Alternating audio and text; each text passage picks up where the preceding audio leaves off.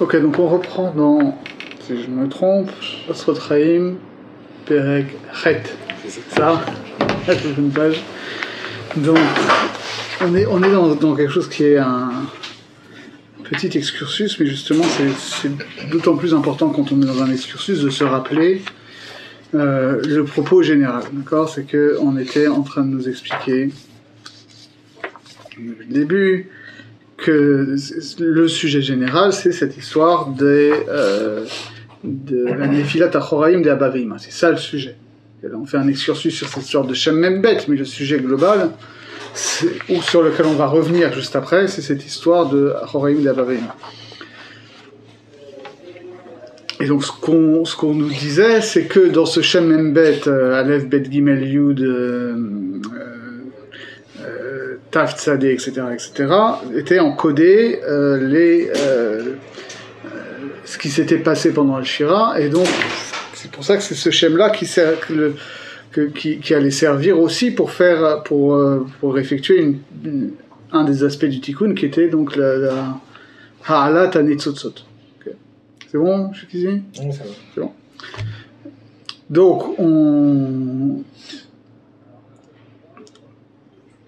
Donc je reprends où on en était. Ve'ine Ashiva Melachim Anikra Aleph Bet Gimel Yud.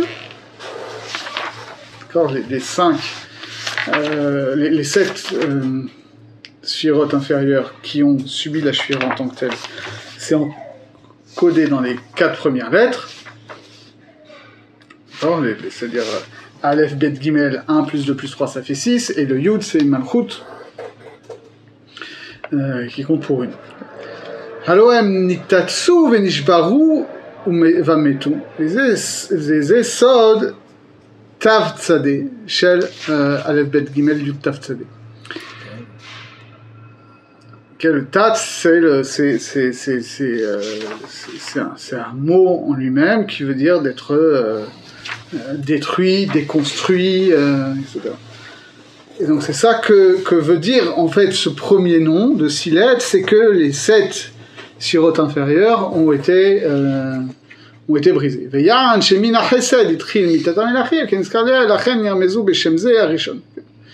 Donc les 7 shemot qui forment le Shem Membet, ça correspond aux 7 sphirotes, mais en même temps, comme la shvira des 7 inférieures, alors je vous préviens tout de suite qu'en réalité ça ne va pas aller jusqu'au bout cette histoire, on va analyser que les 2 premiers, mais là il est en train de nous dire, voilà, la shvira des 7 est encodée dans le premier des 7 noms,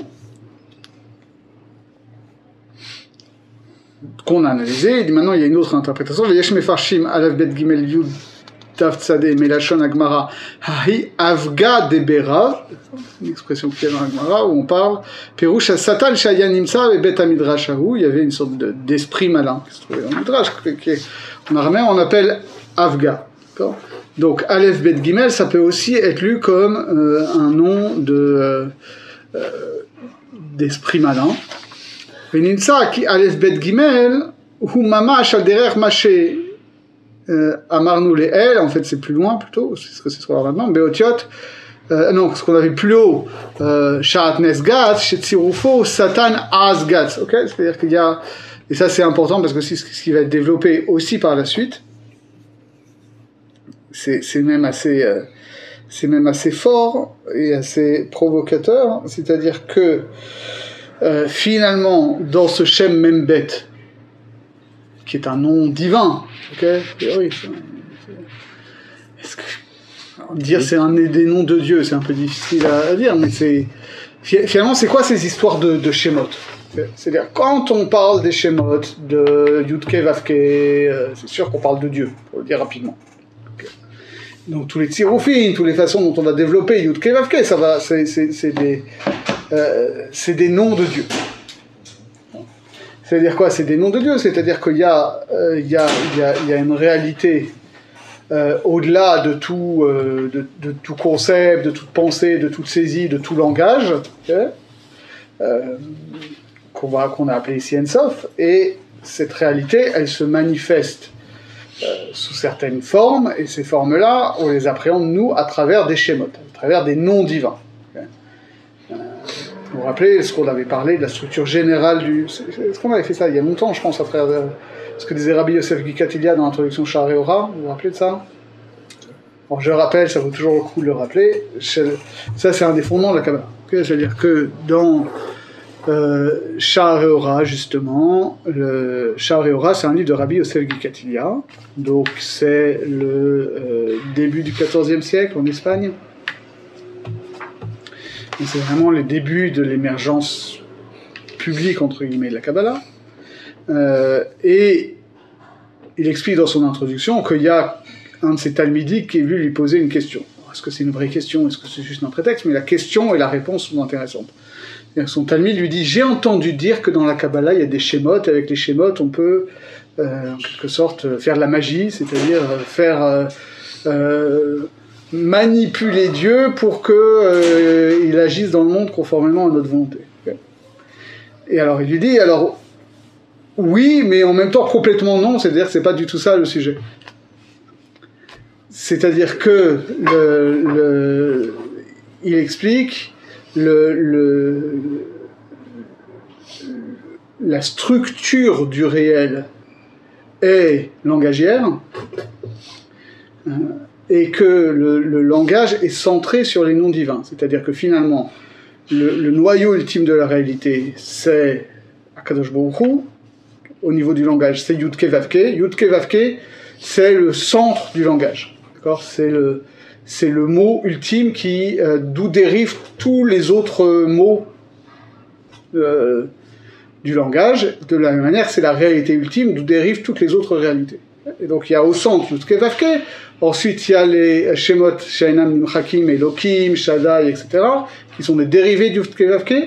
Ensuite il y a les Kinuyim, c'est-à-dire Rahum, Chanoun, Tzadik, Dayan, etc., qui sont des dérivés des Shemot, qui sont eux-mêmes dérivés de Yud Ke Vav Ke. Et ensuite il y a tous les autres mots du langage, et donc toutes les autres réalités, qui sont dérivés de ces attributs-là. Il y a une structure concentrique du langage centré sur Yud Ke Vav Ke, il y a une structure concentrique des réels qui est centrée sur Akadosh Baruch Hu.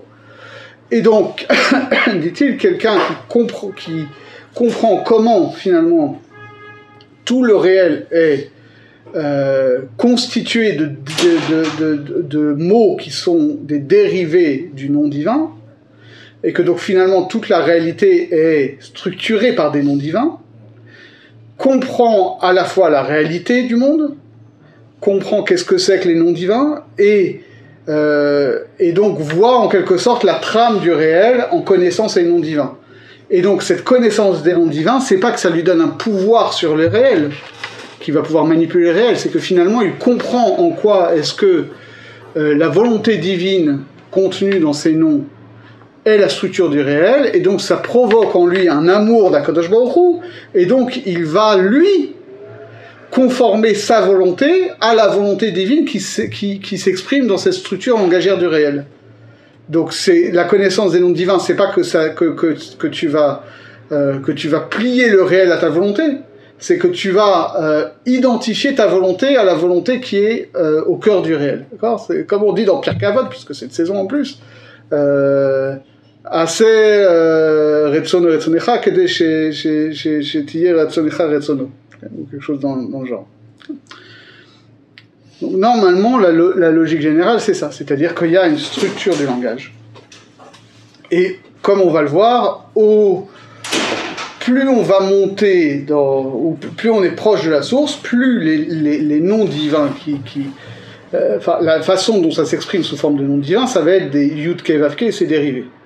Et plus on va descendre dans l'échelle, plus ça va être des noms différents de Yud Ke Vav Ke. Ça va être Aleph He Yudé, ça va être Elokim, etc.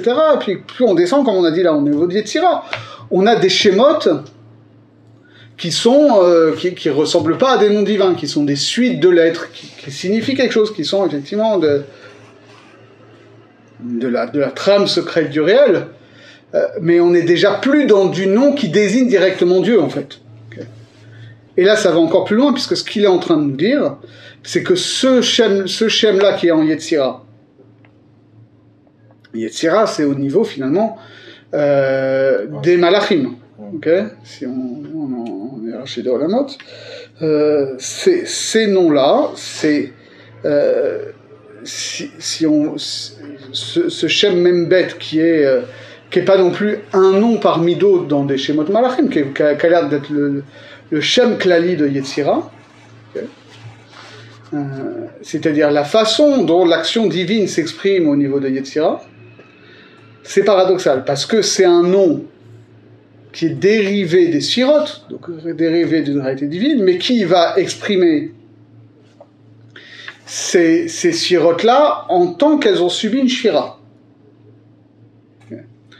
Donc c'est quand même marqué du saut de la négativité quelque part. Okay, et c'est ce Shem-là qui va aussi être opérant pour faire le tikkun.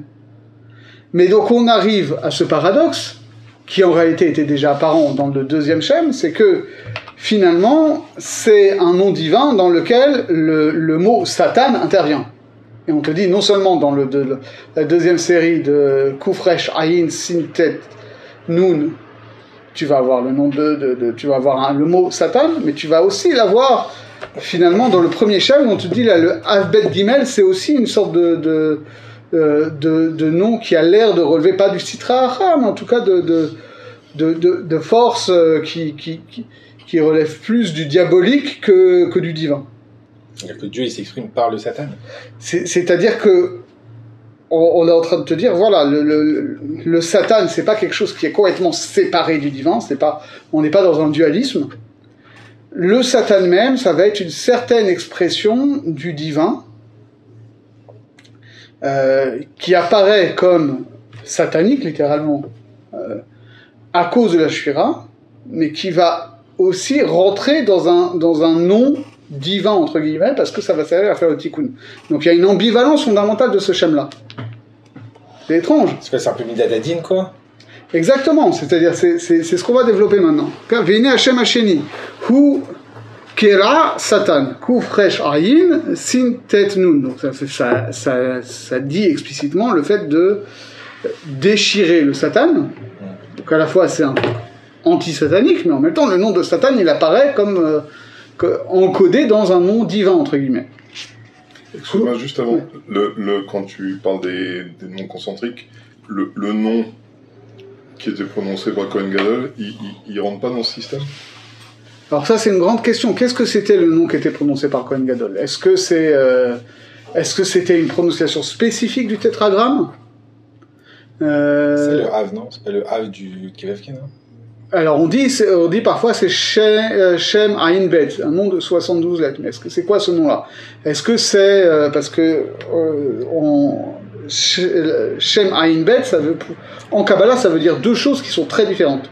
C'est soit Yud Kevavke éplé comme nous on l'a fait, c'est-à-dire Yud Vav Dalet Hey Yud Vav Yud Vav Yud, ou est-ce que c'est le nom en réalité de 3 fois 72 lettres? C'est-à-dire celui qui est qu'on a notamment dans les kavanot de Kriyat Shema, et qui est celui qu'on compose en prenant les 3 psukim qui font exactement 72 lettres chacun dans Béchalar. C'est quoi? C'est attends, je retrouve ça. Tête, concentration, c'est pas trop ça. C'est pas ça.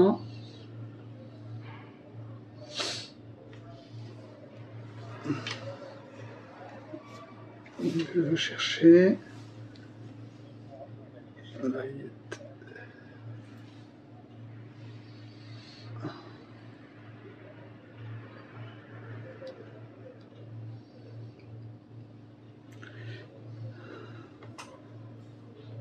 Vaïssa, Vaïavo, Vaïet. Dans le Shemot 14, 19 à 21, vous avez 3 psukim qui comptent exactement chacun 72 lettres, et on forme ce qu'on appelle aussi Shem Ayin Bet, en prenant la première lettre du premier pasuk, la dernière lettre du deuxième, la première du troisième, ensuite la deuxième du premier, l'avant-dernière du deuxième, la deuxième du premier, la troisième du premier, l'avant-avant-dernière du deuxième, etc. Ok, on reprend à chaque fois à l'envers, et ça forme un nom de 72 groupes de 3 lettres. Okay, c'est ça qu'on appelle Shanaim Bet. Est-ce que c'était ça le nom que prononçait le Kohen Gadol? Est-ce que c'est une prononciation particulière de Yud Kei Vav Kei? Est-ce que c'est encore autre chose? En réalité, personne ne sait.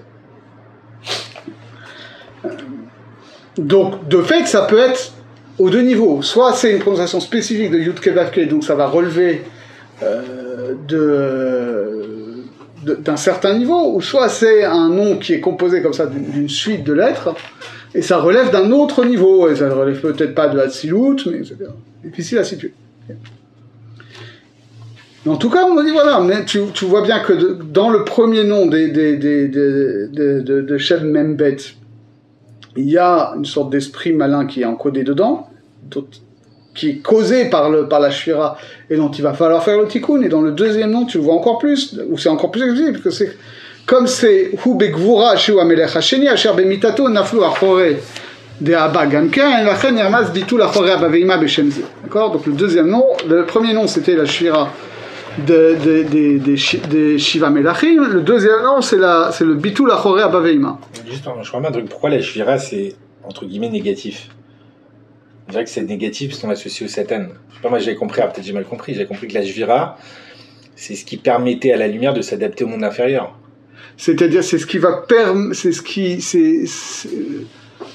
ça dépend à quelle échelle tu te places. C'est-à-dire, si tu te places à l'échelle macro, c'est sûr que la Shvira, elle est voulue par Akadosh Baruch Hu, que c'est ça qui va permettre, qui va mettre en place en Olam HaTikun, et qui va mettre en place la possibilité du bien et du mal, en fait. D'accord. Pourquoi? Alors, parce que s'il n'y avait pas de Shvira, il n'y aurait pas de mal possible. C'est quoi l'intérêt? Pourquoi il y a une Shvira? C'est quoi la fonction de la Shvira? Alors, la fonction de la Shvira, c'est justement de faire en sorte que le monde puisse vivre dans deux états possibles. Soit dans un état de Shvira, soit dans un état de Tikkun. Donc c'est de faire une place à l'action humaine qui va pouvoir faire un tikkun à partir du fait qu'il y a eu une shvira, donc il y a quelque chose à réparer. Ça, c'est pas une idée proprement kabbalistique, on voit ça déjà dans la Gemara, où il y a un philosophe romain qui demande à un rabbin, mais finalement, si Dieu a créé l'homme, pourquoi est-ce que vous faites la Brit Mila? D'accord? Dieu, a priori, a créé l'homme qui devait être créé, donc la Brit Mila, vous endommagez l'œuvre divine. Et il répond non, justement, que il a fait en sorte que l'homme ne soit pas créé parfait pour que nous, on ait des mitzvot à faire pour perfectionner l'œuvre divine. Donc qu'on soit associé à Dieu dans la perfection du monde. C'est ça l'idée de la Shvira. Mais en même temps, si tu te places à une échelle plus courte, la Shvira, c'est la mise en place d'un état non idéal du monde. Et donc, le monde, en tant qu'il n'est pas parfait, en tant qu'il y a de l'imperfection dans le monde, de la négativité, donc ça laisse de la place à ce qu'on appelle ici Satan. Mais le Satan, c'est pas le Sitra Achra en tant que tel, finalement. C'est pas l'absolue négativité. C'est la possibilité du négatif. C'est ce qu'il dit la Gvura. Alors, voyons voir comment ça fonctionne. Vezeu biuro kera, c'est le marquis kan lo haïta mita unetitsa mamash kemo shiva melachim rak karliya ou jvira be'alma. D'accord, lui le lit d'abord en deux fois. C'est pas kera Satan déchire le Satan.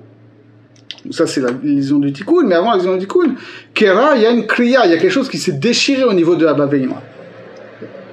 ונשאר במקומה, אבל בנתיצה היא הפלת אבן בכוח ממקומה למקום אחר, אוקיי?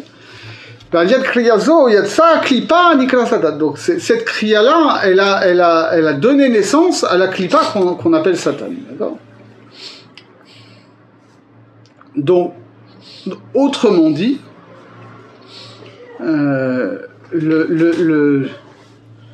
le Satan ici, c'est pas la clipa, c'est provocateur, hein. Satan, c'est pas la clipa absolue. Le Satan, c'est pas le produit de la shvira des Shiva Melachim. Okay? C'est-à-dire que, en général, on se dit voilà, il y a la shvira des Shiva Melachim. Ça a créé les clipotes proprement dit, c'est-à-dire le monde de l'existence négative, séparé du divin, etc. Et on peut en penser que c'est ça le Satan. C'est pas du tout, le Satan c'est pas ça. Le Satan c'est un produit, non pas de la Shira des Shiva Melachim, mais de la Kriya des Achoraim de Abba Veima. Autrement dit, c'est quelque chose qui reste en Hatzilut finalement.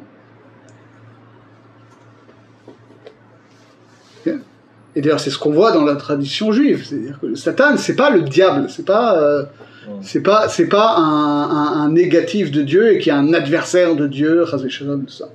Non, c'est quelqu'un qui finalement a vraiment sa place dans l'économie divine. On le voit dans Iyov, c'est quelqu'un qui fait partie de la cour céleste, qui a un rôle dans le fonctionnement du monde. Alors maintenant il rentre dans un détail, ça c'est un klal qui est très important. Il va nous expliquer comment, parce que ça c'est aussi quelque chose qui joue un grand rôle après dans les kavanot en particulier.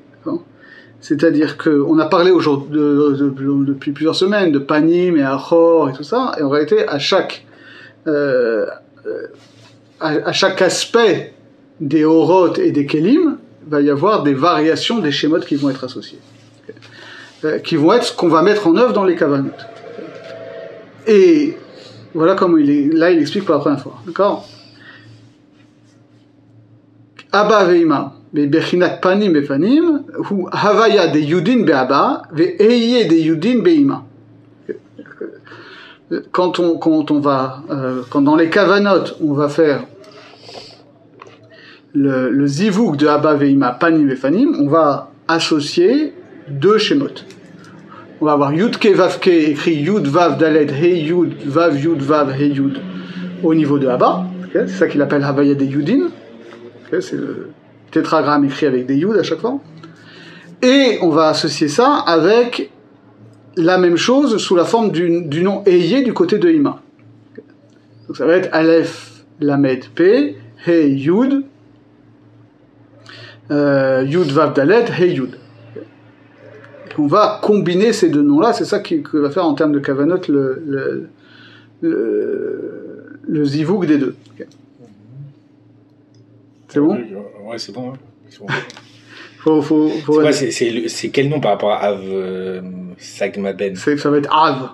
Ça va être Av du côté de Abba.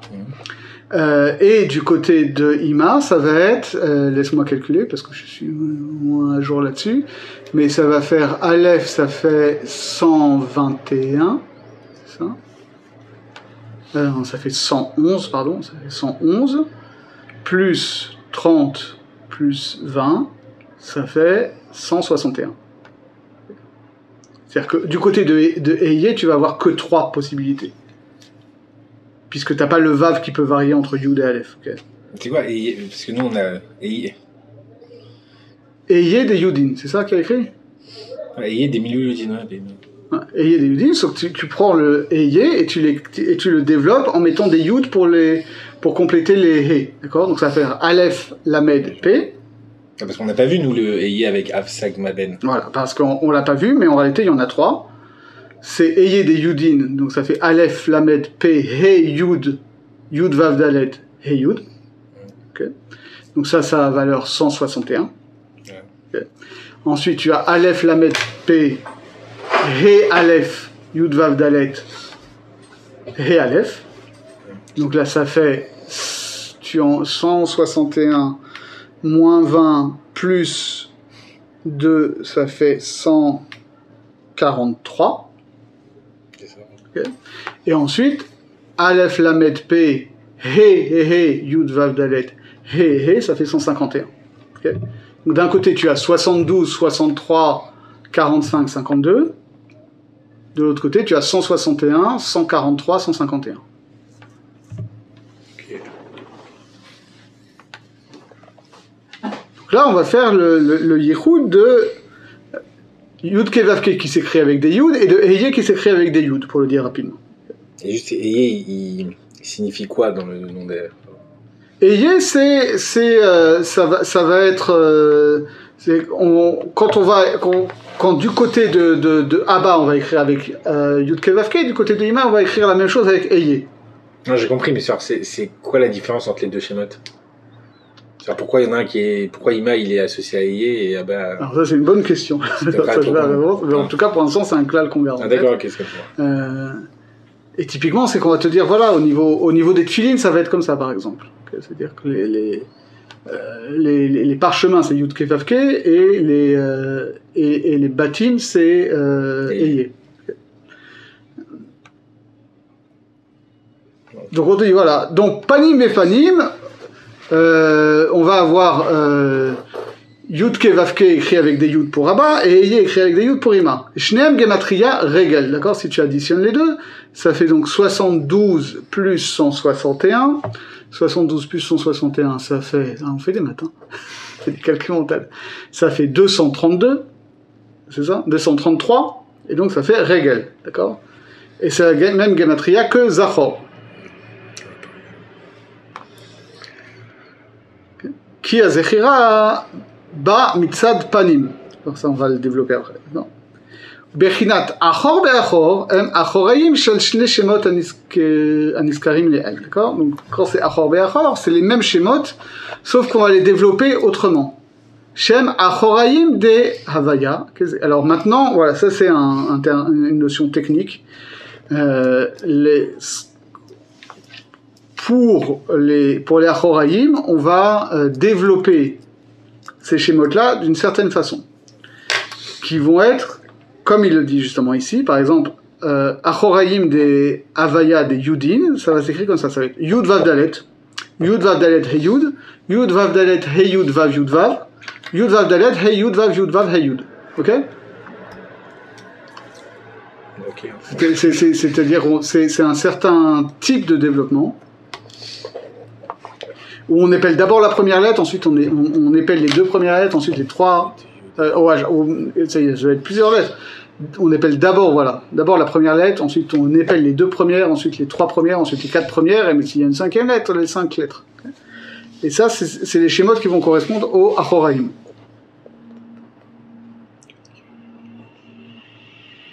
Donc ça c'est pour Abba, et Achoré Ima, la même chose, on va développer Aleph Lamed P, Aleph Lamed P, He Yud, Aleph Lamed... J'ai pas compris l'Achoraim avec le Yud, Yud et Yud. Ça correspond à quoi Yud, Yud et Yud et Vav? Alors, normalement, les panim c'est Yud, Vav, Dalet, He Yud, Vav, Yud, Vav, He Yud. Okay. Là, au lieu de l'écrire en une seule fois, tu l'écris en 4 étapes. D'abord... Juste pardon, c'est quoi déjà Yud, Vav, Dalet? C'est quand tu épelles le Yud. Ah d'accord, ok, d'accord. Tu épelles le Yud, ça fait Yud, Vav, Dalet. Okay. Ensuite, tu épelles Yud, He, ça fait Yud, Vav, Dalet, He Yud. Ensuite, tu épelles Yud, He, Vav. Yud, Vav, Dalet, He, Yud, Vav, Yud, Vav. Ensuite, tu appelles Yud Kei Vav Kei, ça fait Yud Vav Dalet, Hey Yud, Vav Yud Vav, Hey Yud. D'accord, c'est la décomposition, à chaque fois on rajoute celui d'avant. Exactement. Ça c'est Panim. Ça c'est Achoraim. Ah c'est Achor, d'accord. Achoraim c'est le chêne simple. Ok, et pourquoi c'est Achor? J'ai le truc, on va en arrière, non bon je sais pas, ok. Ouais, je sais pas exactement pourquoi c'est comme ça, mais ça fonctionne comme ça. Et Panim c'est quoi? Et Panim c'est c'est juste Yud Vav Dalet, Hey Yud, Vav Yud Vav, Hey Yud. Sans avoir besoin de faire cette espèce de... C'est le dernier, c'est... Ouais. C'est le dernier si tu veux, mais en fait c'est le premier parce qu'il est, il est simple, il n'est pas... C'est Yud Vav Dalet, He Yud, Yud Vav Dalet, c'est Yud He Vav Ke. Ouais. Donc ensuite tu épelles Yud Vav Dalet pour écrire Yud, ouais. Tu épelles le nom des lettres à chaque fois. Ah d'accord, ok. He Yud, d'accord, ok. Yud Vav Dalet et He Yud. Ouais. Et pour les Achoraim, tu le fais en séquentiel en quelque sorte, quoi. D'accord, ok. D'abord la première lettre, ensuite les deux premières, ensuite les trois premières, ensuite les 4 lettres en même temps. Donc c'est pareil, ça va être Aleph. C'est la même chose. Aleph, He, Aleph, He, Yud, Aleph, He, Yud, He. Sauf qu'à chaque fois, chaque lettre, tu l'écris, tu écris le nom en toutes lettres. Ouais, d'accord, ok. Ok. Donc si tu fais l'addition des deux, on va pas faire les maths, on va le croire. Gematria Tishka. Salut, désolé. Qui a Shecha Mitzad Achoraim.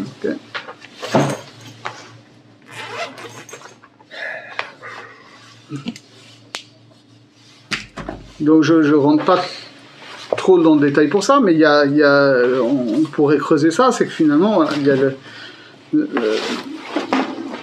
la zechira, la mémoire, le souvenir des choses, la réminiscence plutôt. C'est le zivouk de panim et panim, et achor be'achor, c'est associé à la shicha. Parce que justement, l'idée, c'est comme on l'a vu, c'est que panim et panim, c'est quelque chose qui va refléter la transcendance qui s'exprime à travers ça. Donc c'est quelque chose qui est un zecher, au sens où c'est un mémorial, c'est quelque chose qui nous rappelle qu'il y a quelque chose au-dessus de ça. Alors qu'au contraire, achor bechar, achor, c'est le fait que ça nous interdit un accès à quelque chose de plus haut, donc c'est une forme d'oubli de la transcendance, pour le dire rapidement. Vaomnam, kera satan, donc le deuxième nom, gematria tishkach imakolel. D'accord ? Donc maintenant, si tu prends les 6 lettres qui forment ce deuxième nom, on va quand même faire le calcul, ça fait donc 370 plus 359, ça fait donc 729, ça fait donc, et Tishkar c'est 728, et Imakolel ça veut dire qu'on rajoute 1 pour la valeur numérique du mot, donc ça fait aussi 729. Keminan Achoraim, l'irmoz al nefilat achorei abaveima. Donc donc on voit bien en quoi c'est encodé ici en termes de gematria, c'est-à-dire que le nom Kera Satan, on n'a pas analysé chacune des lettres, mais en termes de gematria, ça renvoie au Achoraim. Okay. Alors, pas au Achoraim en tant que sens séparé, en tant que ça correspond aussi aux zivouk de Achor Be'achor. Maintenant, on referme cette parenthèse, il n'analyse pas les 5 autres noms. J'ai cherché un petit peu, j'ai pas vu C'est tout. Pardon, excuse-moi, j'ai pas la même pagination. Pérécrète, je te dirais pas ni au début parce qu'on a quand même avancé, ni au milieu ou à la fin parce qu'il est très long. Vas-y, dis-moi où. C'est tout ça l'histoire de Shem Membet, etc. Tu vois où on est? Tu vois? Shem Mab, c'est ça? Ouais. Vas-y, continue. Les Nahazor, les Inyan Arishon. Je parle. Les Nahazor, les Inyan Arishon, d'accord. C'est étonnant, on n'a pas le même truc. Moi, j'ai pas le métoc. C'est pas le métoc. C'est pas le C'est pas le matin? métoc. Tiens, habituellement, là, tu as le matok. Hein? Habituellement, tu as le matok? Non, j'ai toujours celui-là. Ah, tu as celui-là, d'accord. Ok, continue, je t'en prie, excuse-moi. C'est bon, vous y êtes? Alors là, il va introduire un autre truc très compliqué. Un Benachzor d'ailleurs, vas-y. Nahazor Leinian Arishon, d'accord? Donc maintenant on referme cette parenthèse de Shem Membet, etc. Qui à mon avis est d'ailleurs lié, il faudrait l'analyser, mais pour l'instant on va avancer un peu. Ki hine kaasher adayin lo met shelish Elion entre guillemets tiferet adayin lo nigma yiridat unfilat achore de abba veima le gamre. D'accord? Ça on l'a vu. La Nefilat Achoraim se produit quand il y a eu la Shfira du Shelish Elion de Tiferet qui correspondait au Yesod ou Malchut de Abba Veima Ilain. כאשר היו המלכים האלו נכנסים בכלי שלהם, היו מגולים באור גדול. C'est-à-dire que il y avait quand vous vous rappelez le schéma, c'est-à-dire qu'au niveau des Shivat HaTonot, il y avait toutes les Horot sont rentrées soit dans Da'at, soit dans Chesed, ici ça ne change pas grand-chose. Okay. Il y a eu Shvira de Chesed. Okay. D'abord il y avait eu Abba Veima, ou Abba Veima il n'y avait pas de problème. Okay. Et ensuite c'est passé dans Chesed, il y a eu Shvira de Chesed, et Abba Veima ils sont encore en haut, ensuite c'est rentré dans Gvura. Il y a une Shvira de Chesed, c'est rentré dans Gvura, Abba Veima ils étaient encore en haut, et ensuite ça rentre dans Tiferet, et il y a les Shvira de Tiferet, et c'est à ce moment-là que Abba Veima il tombe. Okay. Donc, on nous dit ici, tant que les Horot des Nekudim sont en train de rentrer dans les Kelim de Chesed, de Gvura et de Tiferet, alors, Hayou Megulim Beor Gadol, c'est-à-dire il y avait aucune autre réalité à ce niveau-là, à part les Orot, les Shivat Achatonot et les Kelim. Ça veut dire, Beor Gadol, c'est-à-dire à partir du moment où il n'y a pas eu de gamme, ils sont dans leur plein éclat. Voilà. C'est ce qu'il dit, hein, il parle de Abba Veima là. Non, des Orot qui descendent. Des Orot de Chesed et de Gvurah de Tiferet. Ah bon, le sujet n'est pas. Non, tu vas voir après. Il dit les Orot qui rentrent dans Chesed et Gvurah et Tiferet ne sont pas filtrés par autre chose, puisque Abba Veima sont encore au-dessus. Ouais. Okay. Donc elles sont pas filtrées par autre chose, donc c'est Beor Gadol. Avarachar shemet shelish elyon de Tiferet, asher raz naflu sham ha'achorayim de Abba Veima. Quand le tiers supérieur de Tiferet subit la Shvira, alors les Achoraim de Abba Veima tombent. D'accord ? Tombent dans Hatzilut, mais donc en dessous justement de Tiferet, de Zeir Anpin. Okay. Ça va tomber en gros au niveau de Netzar Hod Yesod là. C'est ça qu'il est en train de dire. Très bien, sauf en la Hatzilut. Voilà. Donc, Hine, Kasher Yatsu Sham Sha'ar HaOrot HaNisharim Kedei Liknos Bekeli Shelahem Hayu Melubashim Belu Achoraim Shenaflu Benisharu Behatzilut Kinskar Leel. C'est que finalement, les Orot qui vont passer dans les deux tiers inférieurs de Tiferet et de Netzar Hod Yesod Malchut, d'accord, vont rencontrer les Achoraim de Abba Veima qui sont tombés déjà à ce niveau-là. Après que le Shelish Elyon de Tiferet se soit brisé. Okay. Et donc elles vont en quelque sorte s'envelopper, en tout cas passer à travers ça. Vayu yotzim amelachim acharonim melubashim b'achorei Abba Veima. וזה נשאר להם תמיד עד שיכלו כל הבירורים לצאת עד לעתיד לבוא במהרה עלינו. וזה העלת מעינובין אשר מעלין זעיר ונוגבה אל אבא ואמא. Ce qu'il dit, ça veut dire ce qu'il dit que אלו אחוריים דאבא ואמא שירדו שם למטה באצילות עצמו אשר לקחום הם.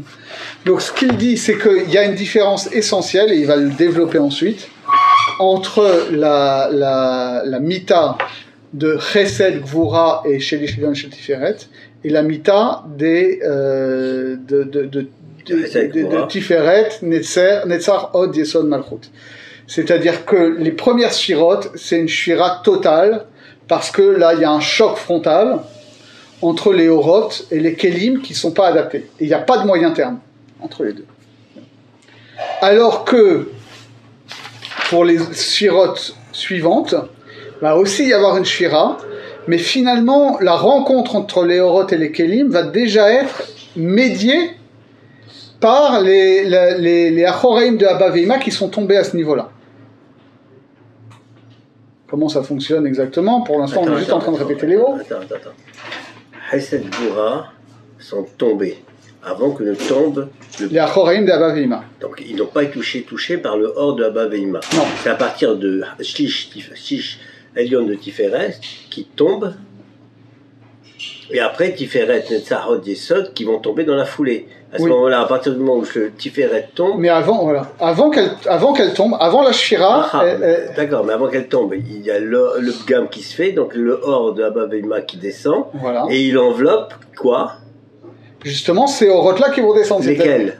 À partir de Tiferet. Des deux tiers inférieurs de Tiferet. Donc ça veut dire ceux du bas. Oui. Donc, ça veut dire Chesed et Gvura, les seuls du haut, les deux premières, les premières des 6, ne sont pas touchés par le hors de. D'accord. Et eux, donc, elles ne bénéficient pas de ce hors. Et donc voilà, donc elles ont une shvira beaucoup plus forte. Beaucoup plus forte. Parce que finalement, pour celles qui sont inférieures, il y a déjà une forme de pré-tikkun. Parce que qu'est-ce que ça va être le tikkun après? Vous avez pas besoin de nous? J'ai l'impression que ça va aller à peu près. On a fait exprès. On a prié pour qu'ils aient minyan. C'est ça. Et parce que comment ça va être le tikkun après? C'est-à-dire que les mochines de Zeir Anpin ne vont pas arriver directement dans les kelim de Chabad de Zeir Anpin. Ils vont arriver Melubashim dans Netzarot Yesod de Abba Veima. Dans le or qui est tombé, c'est pas... Non mais dans le schéma classique, comment ça va fonctionner finalement? Ça c'est au niveau du tikkun ou dans la chute? Au niveau du tikkun. Et parle d'abord de la chute, parce que la chute, il te dit quelque chose de super important et de difficile à comprendre. Il te dit que vraiment le or de Abba Veima, le or à Haron, le bgam du or à Haron qui tombe, il accompagne les sphirotes en bas et ça leur sert de tikkun. Ça leur sert de tikkun.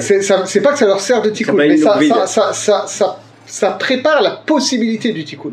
Parce que le tikkun, ça va être quoi? Ça va être que les mochines de Zeir Venugva vont rentrer dans les kelim de Chabad de Zeir Venugva, Melubashim Benetzarot Yesod de Abba Veima. Mais ça, c'est la fin du tikkun. Comment est-ce qu'on va faire ce tikkun-là? C'est qu'il va d'abord falloir que Zeir fasse monter des Ma'in Nuvin qui vont faire le tikkun des Achoraim de Abba Veima pour que Abba Veima revienne Panim Befanim. Et que ensuite ce zivug, que quand ils sont panim befanim, il y a zivug et ça fait que Nehi et Abba Veima vont être les vushim des mochin de Zeir Anpin. Oui, mais ça c'est après. Ça c'est après, mais il te dit en réalité c'est déjà préparé ici parce que les maïm nugvin que va faire monter Zeir Anpin, c'est précisément ces orot des Achoraim. Enfin, pas des Horot, parce que c'est des Kelim. Quand on parle de Achoraim, c'est forcément des Kelim. C'est les Achoraim des Abba Veima qui sont tombés. Et dans lesquels, finalement, même au moment de la Shvira, les Horot sont venus Melubashim dedans. Incroyable. Bon, on utilise des termes techniques, mais ça va quand même plus vite. Alors, mais il n'y a rien qui te choque? Tout me choque. Non, mais je suis d'accord, mais précisément. Dans le choc, est-ce qu'il n'y a pas un sous-choc? Vas-y. Parce que là, il te dit que regarde ce qu'il te dit, mais je comprends pas, mais c'est donc il te dit bien que les Achorim sont Nisharu Beatzilut. Oui. Alors comment ça se fait si les enveloppes, les Melachim qui sont tombés, les Melachim sont tombés dans Abiyar? Alors, parce que justement, comme il va le dire après, c'est pas que les Achoraim d'Abba Veima sont tombés dans Bria Yetzira Asya. Ok. Ils sont restés dans Hatzilut. Ce qui va se passer, c'est que au niveau de Hatzilut, ça prépare la remontée en chaîne. C'est-à-dire que ces Achoraim d'Abba Veima, c'est pas les Maïm Nouvi que nous on fait monter. Comment ça va se passer dans le Tikkun à Klali? Est-ce qu'il y a quelque chose qui reste avec les Shvirei Kelim des Melachim? Est-ce qu'il reste quelque chose, d'après ce que tu comprends là, et qui Beze Nishar Lahem Tamid Al Shiachlu Kol Haberurim Shelahem? Justement, parce que tu comprends comme ça. Alors, parce que maintenant il faut reprendre le schéma général. C'est-à-dire, comment ça va se passer le tikkun?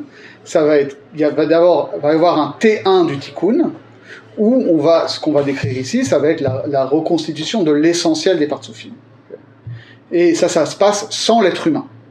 Ça va être miné ou bé, qu'il va y avoir une amshacha depuis le Ensof, etc., de Mahachadash, et qui va faire ensuite que Zeir Venugva vont être Metoukanim, mais qu'ensuite ils vont faire monter, et que va y avoir, ils vont déjà faire monter Maïnouvin. Mais on te dit ensuite, il va y rester au niveau de Zeir Anpin des choses qui ne sont pas remontées des Achoraim de Abba Veima. Parce que, encore en dessous, il y a des Nitsutsot de Zeir Venugva qui sont restés dans les clipotes.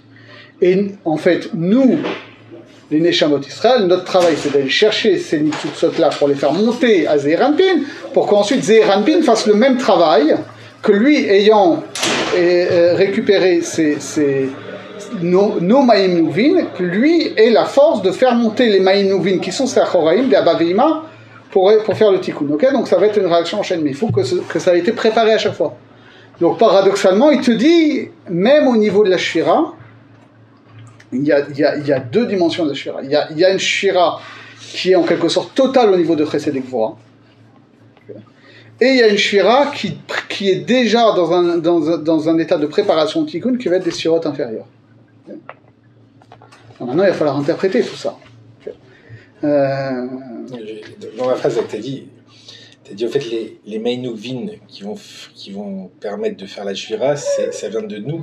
C'est nos Mainuvin pour remonter qui après vont... Nous, on va par notre avoda, on va aller chercher des Nitsusot de Kedusha dans le monde matériel, qui en fait appartiennent en propre au Shiva Sirot Chatonot, et on va les remonter pour permettre qu'il y ait une réparation de Zer Venukva.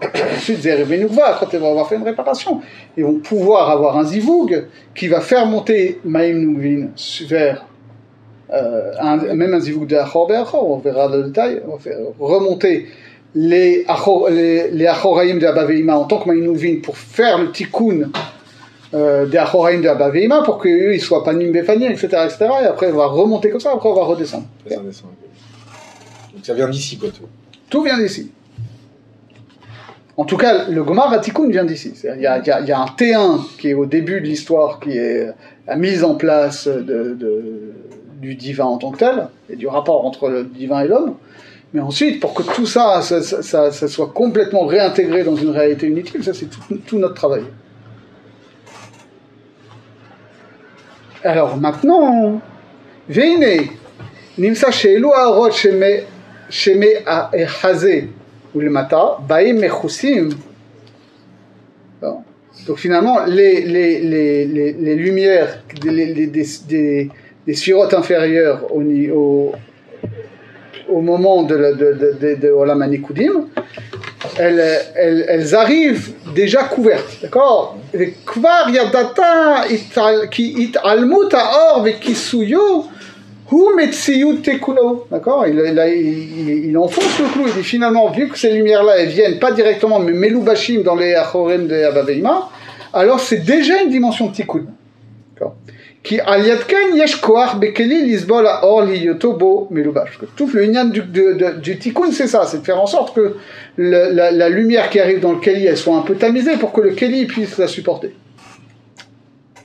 וכן לא יהיו שווים שבירת הכלים שמחזה ולמטה, שני שלישיתתיים לתפארת ונצח עוד יסוד ומלכות, אל שבירת הכלים של הדעת וחסד גבורה של איש העליון ותפארת. כי ודאי יותר גדולה תהיה שבירת העליונים משבירת התחתונים, d'accord? La shvira des sphirotes supérieures, elle est plus... Enfin, ici, il dit Da'at, Chesed, Gvura et le tiers supérieur de Shvirat, c'est une shvira qui est plus grande que la shvira des sphirotes inférieures. La reine bevo atikun, zeranpin be'et atikun partsufo, ba le'efar.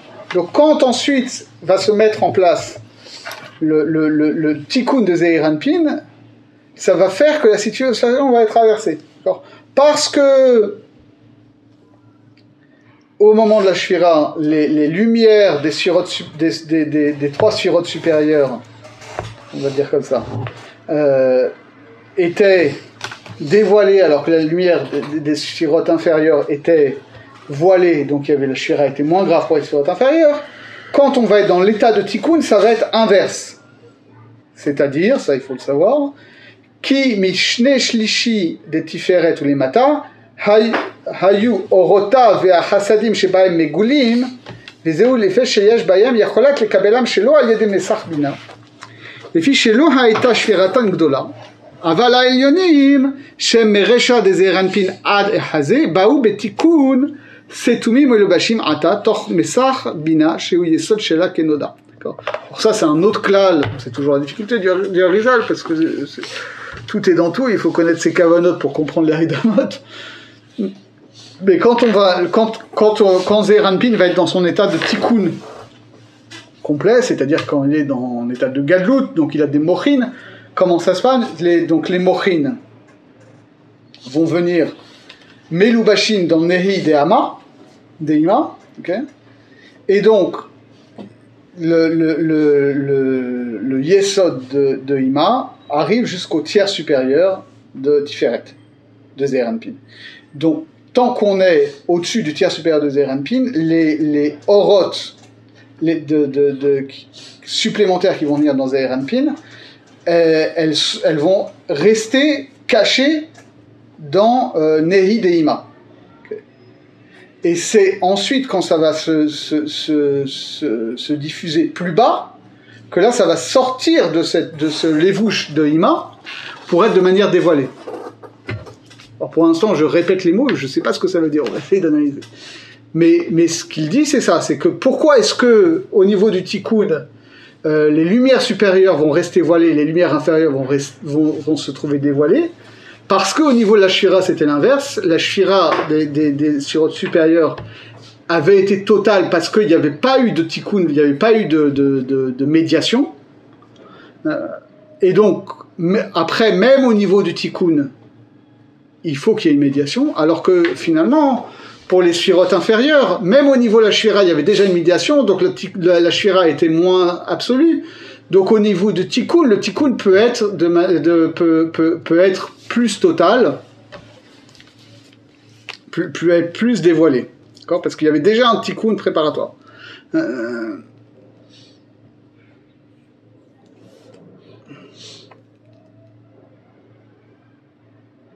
וזהו לפי שבתחילה היו מגולין והייתה שבירתן גדולה ואף על פי שגם שהנצר ועוד הם מכוסים סתומים מן כל זה הרי נתבהר במקומו כי החסדים הגדולים מכים בהם. C'est-à-dire ce qu'il dit en gros c'est du temps de, enfin si j'ai compris, si je comprends, ça veut dire au moment du tikkun, comme les trois, jusqu'au chazé, ça veut dire il est recouvert par le Netzachot Yesod de Ima. Alors que ceux d'en bas, c'est-à-dire les trois, ceux d'en bas, ils sont découverts.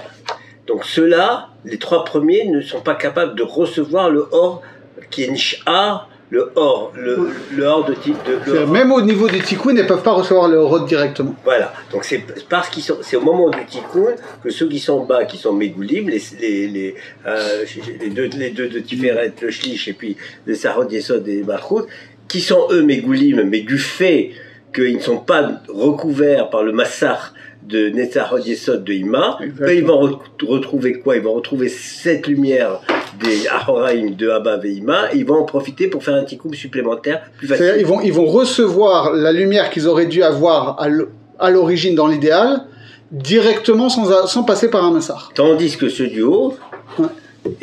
Même au niveau du tikkun, ça passe par un massar, ok? Ça passe par ça, donc ça. Mais ils peuvent rien recevoir de toutes les manières. Bah, ils reçoivent ce qu'ils doivent recevoir, mais pas directement. Pas directement, parce qu'il y a le massar. Voilà. Alors ça, on peut peut-être... J'ai vu quelque chose dans le Pitré chez Harim qui peut peut-être éclairer ça. Il explique que finalement, les trois niveaux de Chabad, Chesed, Gvura, Tiferet et Netzarot Yesod, c'est trois niveaux de Hanaga.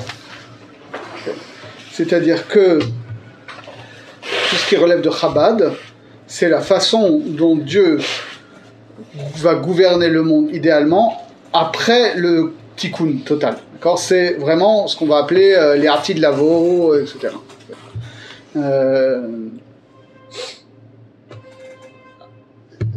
Chesed Gvura Tiferet, c'est ce qu'on va appeler Olam Haba en termes de Gan Eden, c'est-à-dire ce qui se passe après la mort individuelle.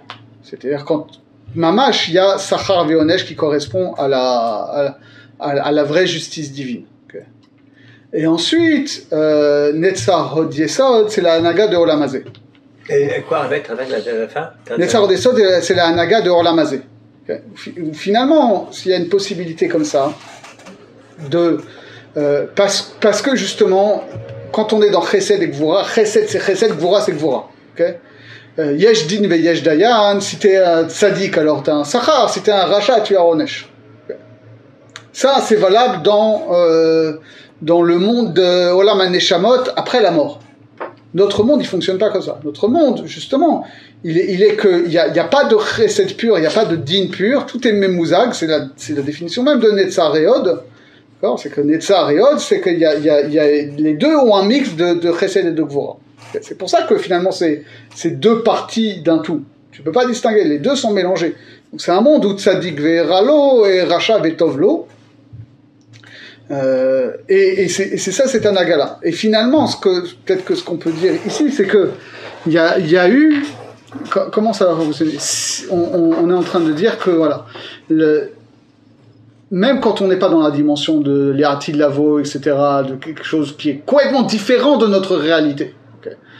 Tant qu'on est dans Zeir Anpin, on est quelque chose qui concerne notre réalité en tant que telle. Mais notre réalité, il y a deux niveaux, on peut dire, d'accord. Il y a un niveau, alors pour le coup, j'emprunte la réflexion à Kant qui est un grand penseur religieux à ce niveau-là. C'est en termes de philosophie pratique, Kant, c'est des kélim qui sont très puissants pour ce qui nous concerne. Comment il explique Kant? Les gens connaissent toujours les trucs de morale, oui. Voilà, non, mais quand ils connaissent les choses qui concernent la morale, on connaît les fondements de la métaphysique des mœurs, mais on ne connaît pas la critique de la raison pratique. Il faut lire les deux ensemble, parce que les fondements de la métaphysique des mœurs, c'est dire, finalement, c'est quoi mon devoir? C'est, je dois concevoir la règle morale comme une règle universalisable. Okay. C'est-à-dire, je prends comme maxime de mon action des règles qui peuvent être universalisables. Sinon, c'est pas des règles, c'est mes caprices. Okay, je peux pas.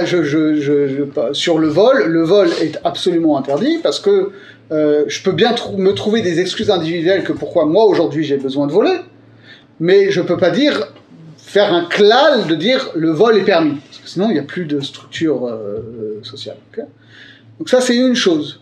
Alors, en général, les gens connaissent ça. Voilà, c'est l'impératif catégorique. Mais Kant, dans la raison pratique, il va plus loin. Il dit, ok, ça c'est un aspect, c'est l'aspect fondamental, mais de l'autre côté, il y a aussi une exigence de la raison pratique, qui est une exigence non seulement de bonheur, mais surtout de justice. C'est-à-dire qu'il faut, pour que ça soit une vision du monde concrète, globale, que les gens qui se conforment à la loi morale soient récompensés et que les gens qui transgressent la loi morale soient punis. C'est ça le principe de la loi. Or, on voit que c'est pas comme ça.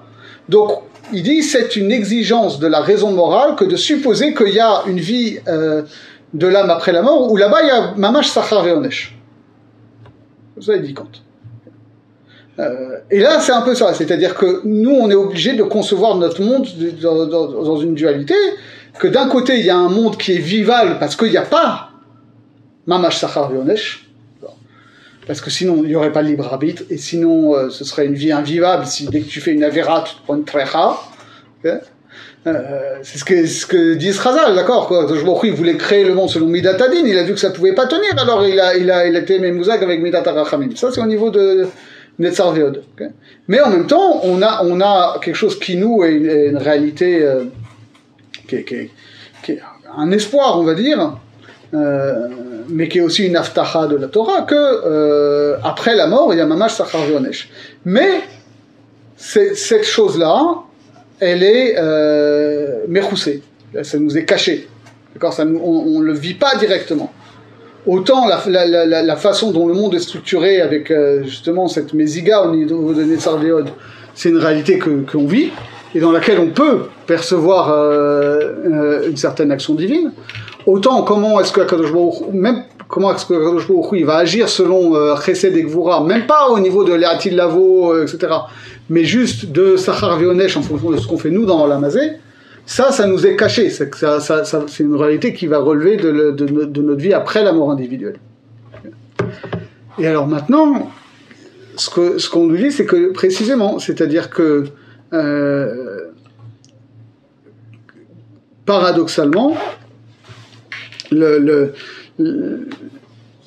pourquoi est-ce qu'il y a une shvira les gamrés de Chesed et Gvura? Parce que c'est arrivé pur, c'est arrivé, il n'y avait pas de compromission possible. Donc ça a été une shvira totale. Donc après, le monde ne peut pas être construit là-dessus, donc ça doit arriver mechoussé. Mais finalement, comme au niveau de Netzar Veod, les Horot sont arrivés déjà avec, paradoxalement, avec un ta'am de shvira, c'est ça qui les a préparés au tikkun. C'est-à-dire que c'est devenu un monde où le compromis, où la mésiga est possible, d'accord, où on n'a pas besoin d'être dans la perfection pour être dans le réel, quoi. Non, c'est-à-dire que et d'ailleurs, parce que c'est quoi qu'est-ce qu'on a dit c'est quoi la différence entre au niveau de Abba et Veima entre les zivuk panim be'et panim et achor be'achor? C'est-à-dire que le zivouk de panim et fanim, c'est ce qui va faire que dans notre réalité, va y avoir un supplément d'être. Il va y avoir un certain niveau de révélation divine, un certain niveau de névoie, un certain niveau de bracha, etc., où on va sentir l'influence du surnaturel, du divin dans notre réalité. Le zivouk de Achor Be'achor, c'est celui où il n'y a plus ça, où il y a juste l'influx d'être nécessaire pour que le monde existe. Or, c'est ce qu'on retrouve au niveau de Chesed et Gvura. C'est-à-dire que la réalité mamage de Chesed et Gvura, où on verrait l'action divine en tant que telle, ça nous est voilé parce que finalement on pourrait pas vivre sans ça. On serait en état de shvira. Mais paradoxalement, le fait qu'on va être dans un monde qui continue à exister malgré l'absence apparente de Sachar Veonesh, etc., et que Dieu va continuer à faire exister le monde sans ça, c'est ça qui fait que nous on peut vivre au niveau de Olam Hazé, au niveau de Netzar Viot, quoi. Bon, et tentative d'explication à partir du Bitrei She'arim. Okay.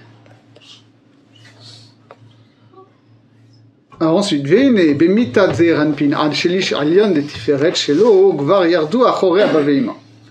Donc ça, c'était la shira des deux partsoufim supérieurs du complexe de Chochma et Bina, c'est-à-dire Abba et Lara. Tu vas sauter? Ah oui, j'ai sauté quelque chose, pardon. Veze ou les fiches et Betrila ayou meguli, Vaïta shiratan muzla, Vaïta shigem nuzanuzrim, Soumia kaze, Aren neder mikomo, Ki achasedim megulim, Makim baem, Veoram yotse lechus. Alors je ne compte pas parce que c'est un détail, parce qu'en réalité, c'est que au niveau de Hamoud HaEmtsaï, de la colonne du milieu, où va y avoir un gilouille des orotes à partir des deux tiers inférieurs de Tiferet. Parce que le Yesod de Ima, il est plus court. Mais le Netzar et Hod de Ima, eux, ils vont faire que les orotes vont être Melubashim Betocham, dans les colonnes de droite et de gauche, jusqu'en bas de Zeir Anpin.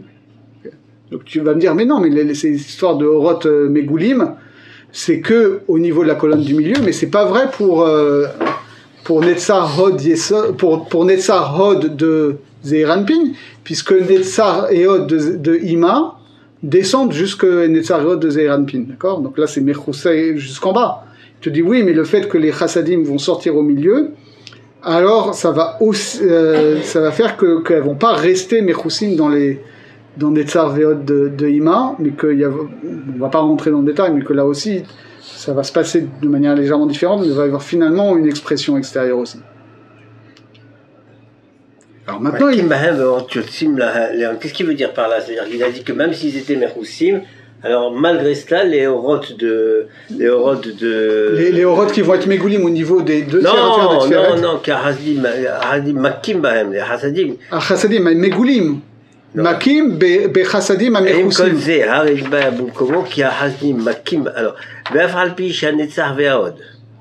Hem Mechoussim Vistumim. Donc il parle de Netzar et Hod de. C'est-à-dire, il dit les orotes les orotes de Netzar Ve'od de Zeir Anpin vont d'abord arriver Mechoussim dans Netzar Ve'od de Ima. D'accord. Okay. Contrairement aux orotes des deux tiers inférieurs de Tiferet de Zeir Anpin, qui ne sont plus couvertes par le Yesod de Ima. Mais maintenant, il te dit les orotes. Au début, on a dit que Hesed et Gvura et Dahad, et puis le Shish Elion de Tiferet, avant la Shvira, ils étaient recouverts par le Nessar Yesod de Ima. Ça, c'est au niveau du Tikkun. Au niveau de avant la Shvira. Lorsqu'il y a le Tikkun, c'est le Netzar Hod Yesod de Zun qui est dans le Meren de Ima, c'est-à-dire dans le Netzar Hod dans le Yesod de Ima. Non, reprenons plus. Je ne sais pas où il se place là, c'est ça le problème. Il te dit, pour l'instant on avait dit que au moment de la Shvira,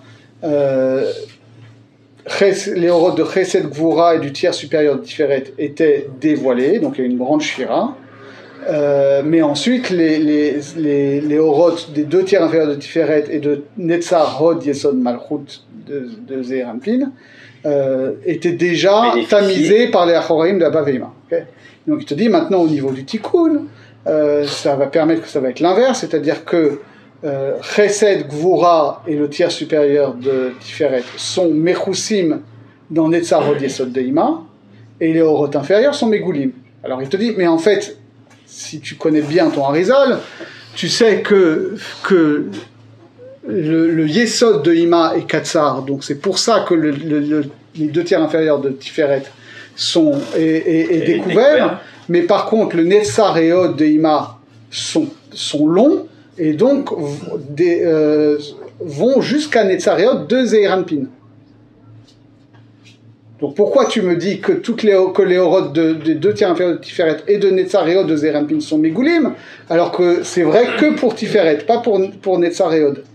Et là il te dit, oui, mais en réalité les Orot Megoulim de Tiferet vont s'entrechoquer avec les Orot Mechousim de Netzar Ve'Hod et vont faire sortir les Orot de Netzar Ve'Hod aussi. Donc au final, elles vont être Megoulim aussi. Ça, c'est ce qui se passe, si je ne me trompe, dans les Kavanot de l'Armida, quand on prononce El Arlion. Regardez dans un Sidur Kavanot, on vous dit, là, quand on El Arlion, il y a des schémas qui sont associés justement à cette Haka'a, à cet entrechoquement des Chassadim. C'est ça que ça veut dire ici. Mais bon, ça c'est un détail qui pour nous, pour l'instant, est un peu technique. Donc ensuite là il a dit tout ça concerne la Nefilat Achoraim des Abba Veima Ilain, d'accord? Aval Achorel Israël Saba Udvuna lo nigmeru ad mitat nugva des Zeir Anpin, d'accord? Et achen Achoraim des Abba Veima lokachatam Zeir Anpin et Achoraim des Israël Saba Udvuna lokachatam Amalchut. Alors maintenant il te dit le même schéma que tu as eu comme ce qu'on a expliqué là pour les Achoraim de Abba Veima par rapport à Zeir Anpin, c'est avec la même chose avec Israël Saba Udvuna et Nukva. ומתלבשים האורות שלהם בהם, דוגמת המוחין דזעיר אנפין. בזה תבין מה שנאמר, כי כאשר הזעיר ונוקבה הם שווים יחד פנים מפנים, אז הנצח הוד יסוד דאבא ואמא הם מוחין לזעיר אנפין, ונצח הוד יסוד לישראל סבא ודבנה, הם מוחין ונכנסים ברשע דנוקבה. גם תבין מה שנאמר, שכשהיו פנים מפנים, אז יוצאים שתי בחינות יעקב, אחד בזעיר אנפין ואחד בנוקבה. כי האחד שהוא ממוחין דזעיר אנפין הוא מאבא ואמא, והשני שהוא ממוחין דנוקבה הוא מישראל סבא ודבנה. ואז הם שני המאורות הגדולים, לא היא גדולה ממנו ולא הוא גדול ממנה. ואינם צריכים זה לזה כלל. Bon, ça, peut-être on va arrêter là parce que c'est encore un autre sujet. Mais ce qu'il est en train de nous dire ici, c'est que voilà, on a un schéma qui est en apparence d'une hiérarchie verticale, d'accord? On avait l'impression qu'il y avait Abba Veima, Israël Saba Udvuna, et Zeir Anpin et Nukva. Mais ça, il va falloir l'étudier. Mais il nous dit finalement, pour le très rapidement, et on creusera la prochaine fois, parce que moi-même je n'ai pas creusé suffisamment pour vous en parler sérieusement ce soir, c'est que on a vu que Abba, Ima, Israël, Saba Udvuna, c'était un complexe de 4 qui pouvait s'intervertir. D'accord? C'est-à-dire qu'on pouvait considérer que Abba et Ima, ça relevait de Chochma, et Israël, Saba Udvuna, ça relevait de Ima. Ou à l'inverse, de dire que Abba et Israël Saba ça relevait de Chochma et Ima et Dvuna ça relevait de Bina. Donc finalement, il n'y a pas de vraie hiérarchie entre Chochma et Bina. Et donc, c'est ça qui va se passer ici aussi, c'est-à-dire que c'est vrai qu'en apparence, Abba Veima c'est supérieur à Israël Saba Dvuna, et donc les Mochin, vu que les Mochin de Zeir Anpin ça va venir de Abba Veima et les Mochin de Nukva ça va venir de Israël Saba Dvuna, On a l'impression que Zeir Anpin va être plus haut par rapport à Nouva. Mais en réalité, comme il va y avoir une Itralfout à ce niveau-là, ça va faire qu'ils vont être à égalité, ils vont plus être dépendants l'un de l'autre. Je ne sais pas ce que ça veut dire, mais je propose qu'on garde ça pour la semaine prochaine.